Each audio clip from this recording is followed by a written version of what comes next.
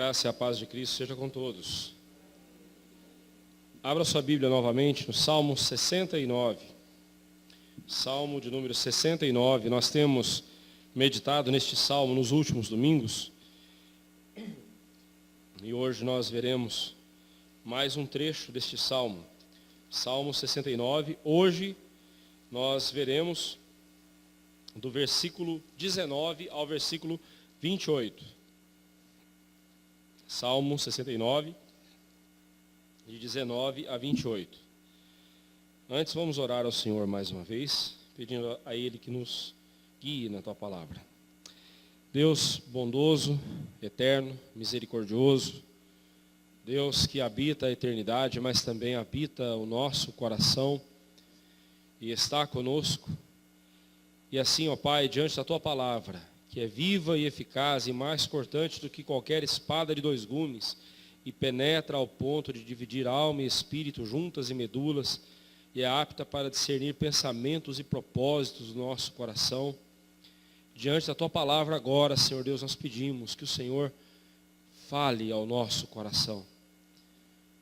Transforme, ó Deus, o nosso coração naquilo que o Senhor requer e quer que sejamos. Em nome de Jesus nós oramos. Amém, Senhor. Peço desculpas aos irmãos, eu estou um pouco resfriado e a tosse de vez em quando me atrapalha, né? E estou mais fanhoso do que o normal. Então, peço compreensão dos irmãos. Nós temos visto no Salmo 69 que este salmo fala especificamente sobre a trajetória de um coração que sai do profundo de um poço de angústia, ou, na linguagem do Salmo, de um rio de angústias, no qual ele estava submerso, que com a graça de Deus ele clama ao Senhor, e pela graça de Deus, então, ele consegue chegar às margens desse rio, saindo então dessa angústia que assolava a sua alma. E no trecho que nós leremos agora, nós vemos que o salmista, ainda usando essa figura do afogado, saindo do rio, andando pelos campos, rumo ao topo de uma montanha, né? É bem essa a ideia do salmo. Alguém que estava no fundo de um rio, saindo agora, andando pela planície, mas rumo ao topo do monte, onde ele estará seguro das tempestades da vida. Essa é a ideia, é a ilustração deste salmo. Este salmo é ilustrado dessa forma. E nós vimos então que o salmista, no caso aqui, Davi, ele já havia saído desse profundo estado de angústia que o seu coração se encontrava, chegou às margens desse rio, e ali agora ele sai desse rio de angústia e começa então a andar pelo campo. Os versículos que eu vou ler agora, do versículo 19 ao versículo 28, descreve o salmista como que andando num campo, mas não num campo florido, não num campo bonito, mas aqui a ideia é de um campo de guerra, um campo onde ele está cercado por inimigos que querem destruí-lo, que querem acabar com ele. Mas eu convido você, enquanto tiver essa imagem em sua mente, de um homem perseguido por inimigos, você não se esqueça daquele que foi perseguido, que foi maltratado, que foi morto numa cruz por nós, o Senhor Jesus. Aquele que é o homem de dores e que sabe o que é padecer, como nós lemos há pouco, no livro do profeta Isaías, capítulo 53. Homem de quem as pessoas escondem o rosto. Ele foi moído e traspassado pelas nossas transgressões. E pelas suas pisaduras, pelos seus machucados, nós fomos sarados. Mas ele é o homem de dor e que sabe o que é padecer. Então, quando você olhar para este salmo, para estes versos, e se deparar com Davi relatando a sua experiência, obviamente você vai pensar na sua experiência de vida. Mas não se esqueça do Senhor Jesus. Ele sim sofreu o que nós jamais sofreremos. Vejamos o que diz estes versos. Tu conheces a minha afronta, a minha vergonha e o meu vexame. Todos os meus adversários estão à tua vista. O opróbrio partiu-me o coração e desfaleci. Esperei por piedade, mas debalde, à toa. Porque por consoladores e não os achei. Por alimento me deram fel, e na minha sede me deram a beber vinagre. Sua mesa tornou-se-lhes diante deles em laço, e a prosperidade em armadilha. Obscureceram-se-lhes os olhos, para que não vejam, e obscureçam-se-lhes os olhos para que não vejam, e faze que sempre lhes vacile o dorso. Derrama sobre eles a tua indignação, e que o ardor da tua ira os alcance. Fique deserta a sua morada, e não haja quem habite as suas tendas. Pois perseguem a quem tu feriste, e acrescentam dores àquele a quem golpeaste. Soma-lhes a iniquidade à iniquidade, e não gozem da tua absolvição. Sejam riscados do livro dos vivos, e não tenham registro com os justos. Então, como eu disse, a imagem aqui, Davi se autodescreve como que saindo do fundo desse poço, e agora caminhando por esse campo. Só que por todos os lados o que ele vê são inimigos que o atacam. Talvez você já viveu isso na sua vida, ou está vivendo isso. Você mal acaba de sair de um momento de angústia, e agora, quando parece respirar um pouco, ter um pouco de liberdade para respirar, inimigos vêm e lhe atacam de todos os lados. Isso traz angústia, isso traz tormento à nossa alma. Mesmo caminhando em terra firme, Davi se deparava ainda com a angústia, porque de todos os lados ele era atacado por inimigos. Mesmo que você esteja desfrutando de algum momento tranquilo em sua vida, ou de algum momento de certa estabilidade, não lhe faltarão inimigos. Pessoas que quererão o seu mal, pessoas que quererão derrubar você. Assim como aconteceu com Davi. Davi disse a Deus que os seus inimigos o afrontavam, causavam-lhe vergonha e o expunham à ignomínia, ao vexame, como diz o verso 19. A ponto de seu coração estar partido e despedaçado. Você já se sentiu assim alguma vez na vida? Seu coração está partido e despedaçado diante das ações malignas, das ações de pessoas que fizeram mal a você? Você já se sentiu assim? Despedaçado? Davi estava desse jeito. Ele esperava até um pouco de piedade dessas pessoas. No verso 20 ele diz, que ele esperou por piedade, mas debalde, à toa. Como esperar coisas boas de homens maus? Como esperar um gesto de bondade de alguém que só traz maldade em seu coração? A perversidade desses homens, descrita no verso 21, nos lembra o que aconteceu com o Senhor Jesus. Davi diz que por alimento lhe deram fel, veneno. Lhe deram algo que não presta para comer, algo ruim, que podia lhe fazer mal. E na sua sede lhe deram vinagre. Lembra de Jesus na cruz? Ele disse, eu tenho sede. Então embeberam uma esponja num caniço, embeberam ela no vinagre, puseram ela num caniço e chegaram à boca dele. Vendo o sofrimento, aumentaram ainda mais sofrimento. Irmão, não espere desse mundo tapetes vermelhos para você. Se você é um servo de Deus, não espere ser honrado pelas pessoas desse mundo. Quando muitos seus irmãos em Cristo farão isso por você. Mas do mundo, não espere ser honrado pelo mundo.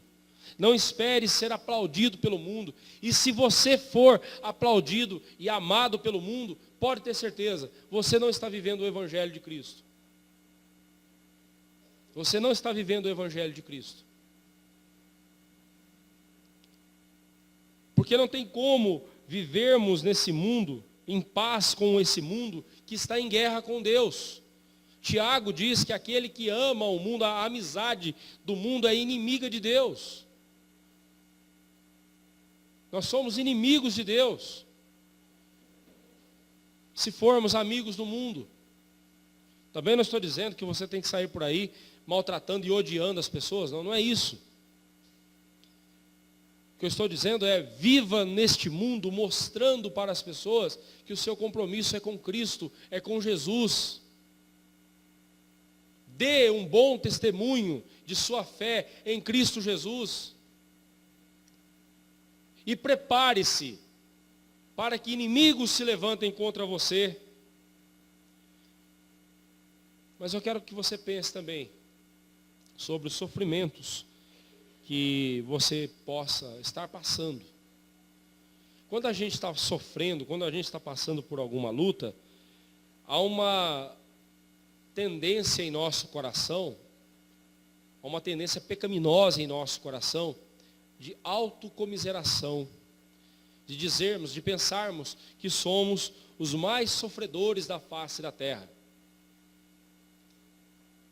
Tem pessoa que gosta de competir dor, você já viu isso? Não é competidor não, é competir dor.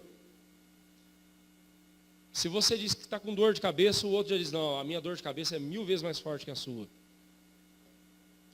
Ou então se você fala, ai, dei mau jeito. Ah, mas eu estou com a coluna travada faz tempo. Não é assim?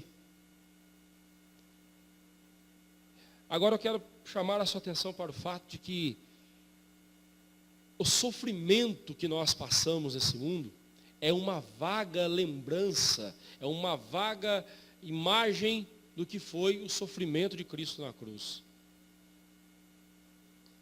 Aliás, o sofrimento de Cristo não foi só na cruz foi o ápice do sofrimento de Cristo. Mas na sua vida, até aqui na sua vida terrena, do começo ao fim, Cristo sofreu. Sofreu ao deixar a glória eterna para se encarnar e nascer do ventre de uma pecadora. Sofreu entre pecadores. E muitas vezes, vendo a falta de fé dos pecadores, ele dizia, até quando estou convosco, até quando vos sofrerei, ou seja, até quando eu vou sofrer de ver tanta incredulidade no coração de vocês. Por isso que Isaías descreve o Senhor Jesus como homem de dores e que sabe o que é padecer. João Calvino, comentando esse versículo, ele diz, qualquer crueldade que o réprobo pratique contra os membros de Cristo seria sinal visível que se via em Cristo mesmo. Ou seja, qualquer sofrimento que um membro do corpo de Cristo sofre, passa, não deixa de ser também um sofrimento que o próprio Cristo também sofreu em muito maior escala. Você já foi humilhado por alguém por ser crente em Cristo Jesus? Ora, Cristo sofreu muito mais. Ele, sendo o próprio Deus encarnado, sofreu humilhação, foi humilhado. O que nós precisamos entender é que nós não estamos de férias nesse mundo. E tem muito crente que parece que está vivendo nesse mundo como se estivesse de férias. Está vivendo nesse mundo como se esse mundo fosse um lugar confortável. Meus irmãos, o mundo não é para nós. Esse mundo não é para nós. Não do jeito que ele está. Por isso que Cristo prometeu ressurreição, por isso que Cristo prometeu restauração de todas as coisas, novo céu e nova terra. Porque esse mundo, nós não pertencemos a ele. Esse mundo está corrompido pelo pecado. Somos pecadores, sim, mas fomos lavados e redimidos do sangue de Cristo. Por isso mesmo, como diz o apóstolo Paulo, lá em Romanos 8, não só a natureza, não só a criação geme e suporta com gemidos, esperando a redenção dos filhos de Deus, mas nós também, e aqui em carne, neste mundo, estamos sofrendo. Mas entenda, não olhe para o seu sofrimento com autocomiseração. Pelo contrário, olhe para o que você está passando, se o sofrimento pelo qual você está passando é por obediência a Cristo. Porque às vezes o sofrimento pelo qual você esteja passando pode ser que seja resultado de pecado. Aí a tratativa é outra. Aí você tem que confessar o seu pecado, arrepender-se e pedir perdão a Deus. Mas se o sofrimento que você estiver passando for porque você é temente a Deus, é temente a Cristo, regozije-se. Essa é uma prova cabal de que você não pertence a este mundo, mas você pertence à glória eterna, você pertence aos céus. Do verso 22 ao 28, eles fazem parte daquilo que nós chamamos de salmos imprecatórios, aquelas orações imprecatórias, na qual o servo de Deus, sofrendo a injustiça, ele clama a Deus que faça justiça por ele. Já passamos por vários salmos imprecatórios, nós já vimos várias dessas porções aqui no livro dos Salmos. E eu sempre tenho dito isso a você. Ore a Deus, peça a Deus que faça justiça por você. Não precisa ensinar Deus como agir, Deus sabe como agir.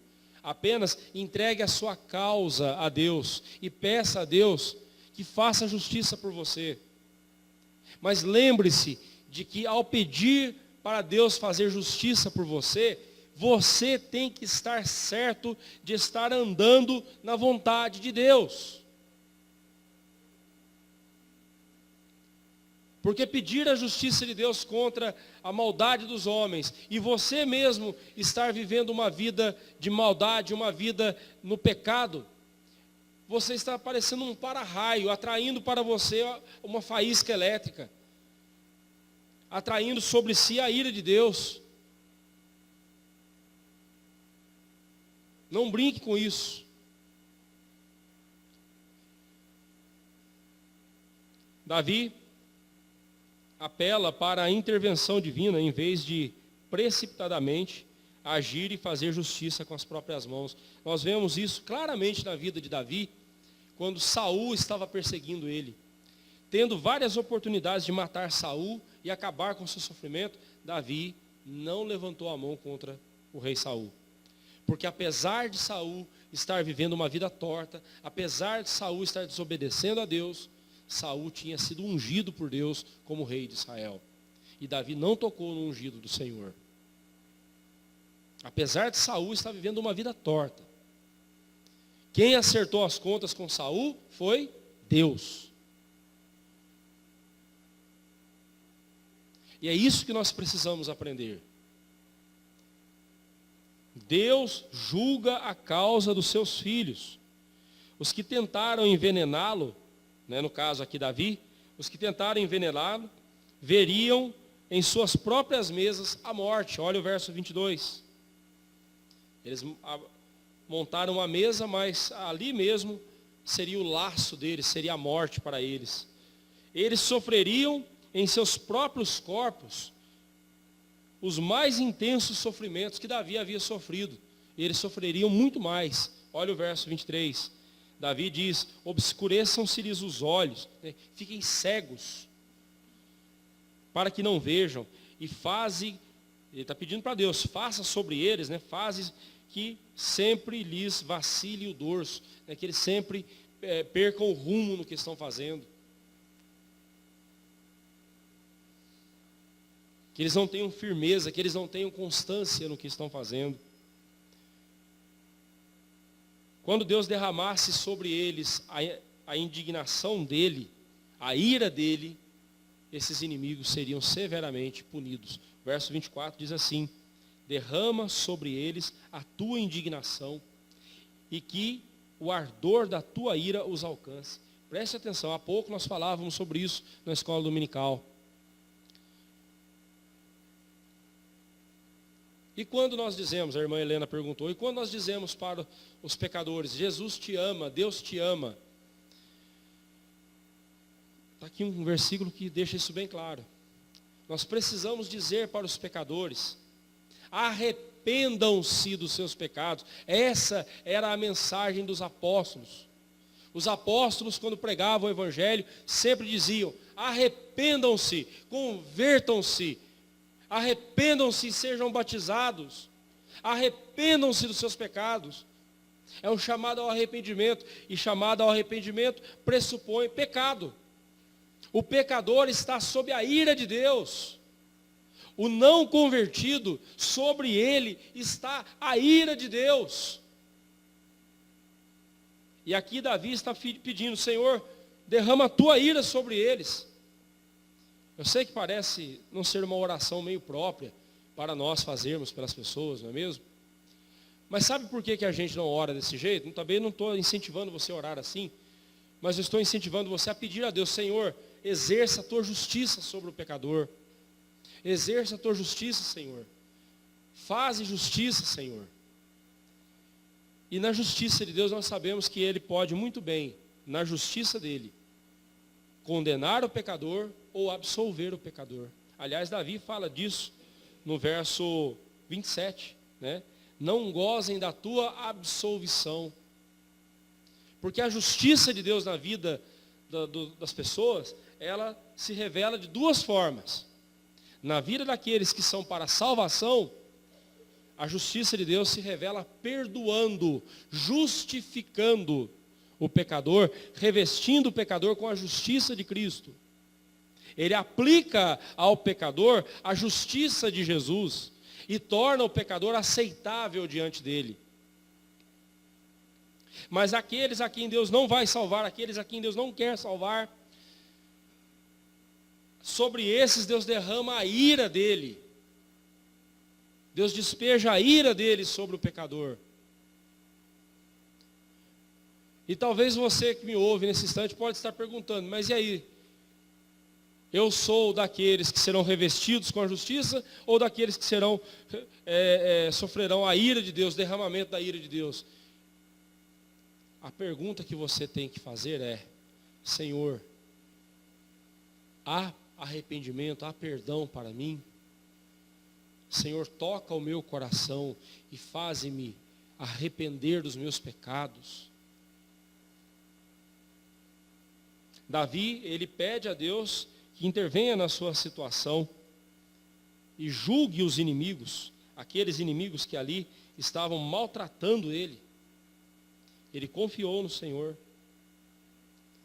E esse é o desafio para nós. Neste mundo nós haveremos de ser severamente perseguidos por causa de Cristo.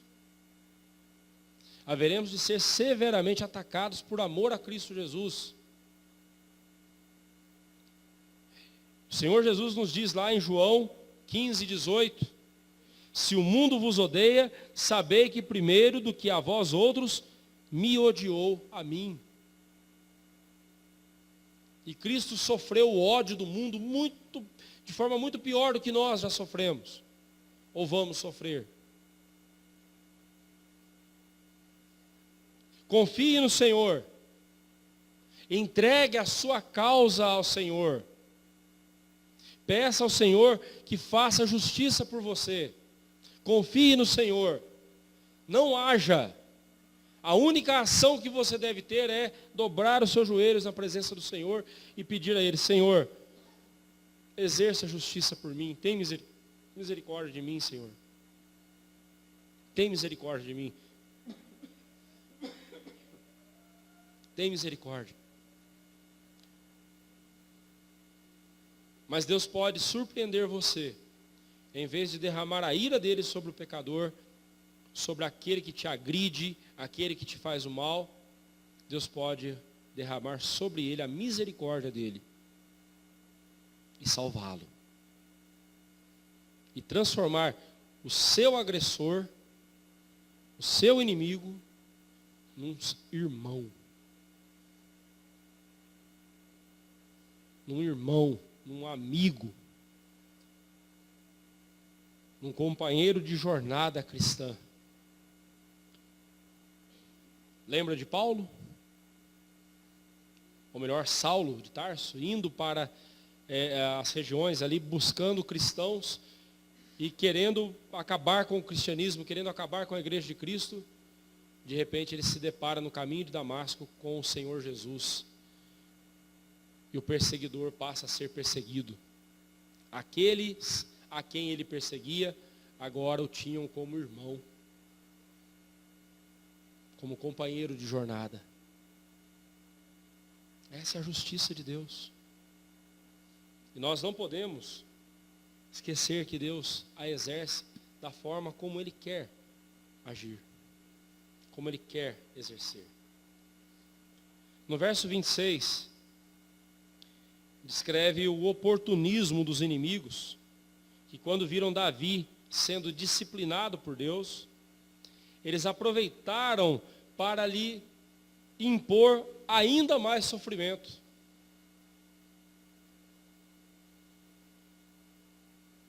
Tem gente que é assim, quando vê outra pessoa sofrendo, ela faz questão de acrescentar ainda mais sofrimento sobre a outra pessoa. E Davi rogou a Deus para que lhe fosse feito justiça, e que Deus castigasse aquelas pessoas e não houvesse para elas qualquer esperança de perdão, como nós vemos no verso 27. E nem gozem da tua absolvição, não sejam absolvidos, perdoados pelo Senhor. Mas pode ser que Deus resolva perdoar. No verso 28, ele fala deles serem riscados do livro dos vivos. E aqui há um erro que é muito comum, as pessoas pensarem que Deus tem um livro lá no céu, que de vez em quando Ele abre e consulta. Quando você chegar na porta do céu, então Ele vai abrir esse livro e vai ver se o seu nome está lá. Se o seu nome estiver, Ele deixa você entrar. Se não tiver, irmãos, isso não é bíblico. O livro dos vivos aqui nada mais é que uma expressão que Moisés usou. Moisés usou essa expressão lá em Êxodo 32, versículo 32. Quando ele pede para Deus riscá-lo do livro dos vivos. Ou seja, simplesmente, Senhor, tira a minha vida. É isso que ele está pedindo. E essa mesma figura do livro dos vivos, aparece lá em Apocalipse capítulo 3, versículo 5, Apocalipse 13, 8 e Apocalipse 17, 8. Nada mais do que o eterno propósito de Deus. Ou seja, Deus é onisciente, Ele não precisa de livros para dizer o que está acontecendo. Ele é onisciente, Ele conhece todas as coisas, porque Ele determinou todas as coisas. Mas ali o livro dos vivos é apenas uma figura de linguagem, mostrando o seguinte: Deus conhece aqueles que lhe pertencem. E Deus conhece cada ser humano. Mesmo aqueles que não serão salvos, Deus os conhece perfeitamente. A onisciência de Deus é algo profundo e completo. Ele conhece todas as coisas. Então não pense aqui num grande livro lá no céu, que Deus tem os registros, nada disso. É só uma figura de linguagem, Davi está pedindo a Deus que o ímpio jamais seja contado com o justo. Aliás, o livro dos Salmos, ele é aberto com essa mensagem, no Salmo 1. O ímpio não prevalecerá na assembleia dos justos. Os ímpios nunca serão contados com os justos. Uma doutrina que nós cremos, que é a doutrina da igreja triunfante e da igreja militante. A igreja triunfante é aquela que já está na glória eterna, aqueles crentes que já venceram e estão com Cristo. Um dia estaremos lá. E a igreja militante é a que está aqui no mundo, sofrendo, lutando ainda, militando nesse mundo. A igreja militante ela tanto é composta por verdadeiros crentes como por falsos crentes. Às vezes ela é chamada também de igreja invisível, né? A igreja invisível são todos os crentes de todos os tempos, tanto os do céu quanto os da terra. E a igreja visível é aquela que está aqui, que nós podemos ver. Na igreja visível ou na igreja militante, eu não sei exatamente quem é salvo e quem não é. Quem é e quem não é. Porque isso cabe a cada um de nós examinar-se a si mesmo para ver se está firme realmente em Cristo Jesus. Se estamos realmente firmes em Cristo Jesus.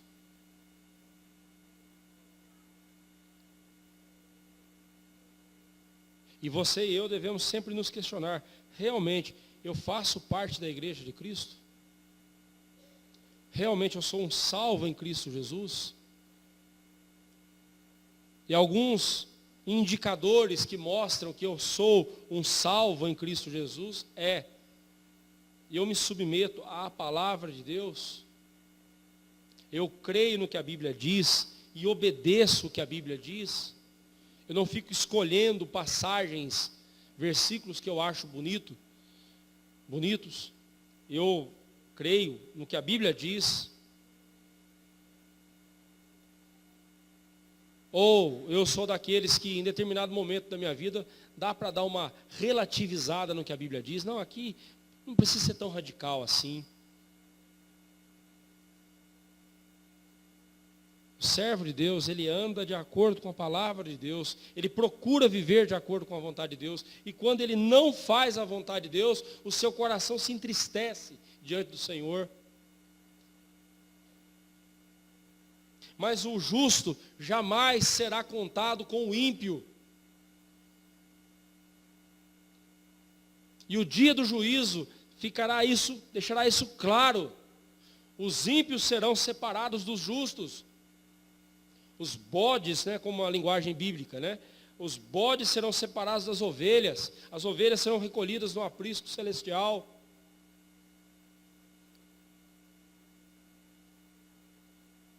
Ainda na igreja militante é possível que o joio esteja no meio do trigo, os bodes estejam no meio das ovelhas. Mas no dia do juízo isso não acontecerá. Haverá separação. E é por isso, meu irmão, minha irmã, é por isso que nós precisamos constantemente examinar o nosso coração na presença de Deus. E sempre nos perguntar: estou confortável nesse mundo? Eu estou tranquilo nessa vida? A minha fé não incomoda ninguém? A minha confissão de fé, o jeito que eu resolvi viver a palavra de Deus, não está incomodando ninguém? Não está causando nenhuma dificuldade para ninguém? Eu não estou mandando você ser chato. Eu não estou mandando você ser petulante, não é isso não. Mas entenda que no momento em que você decidir viver de acordo com a palavra de Deus, o que não faltará para você serão inimigos.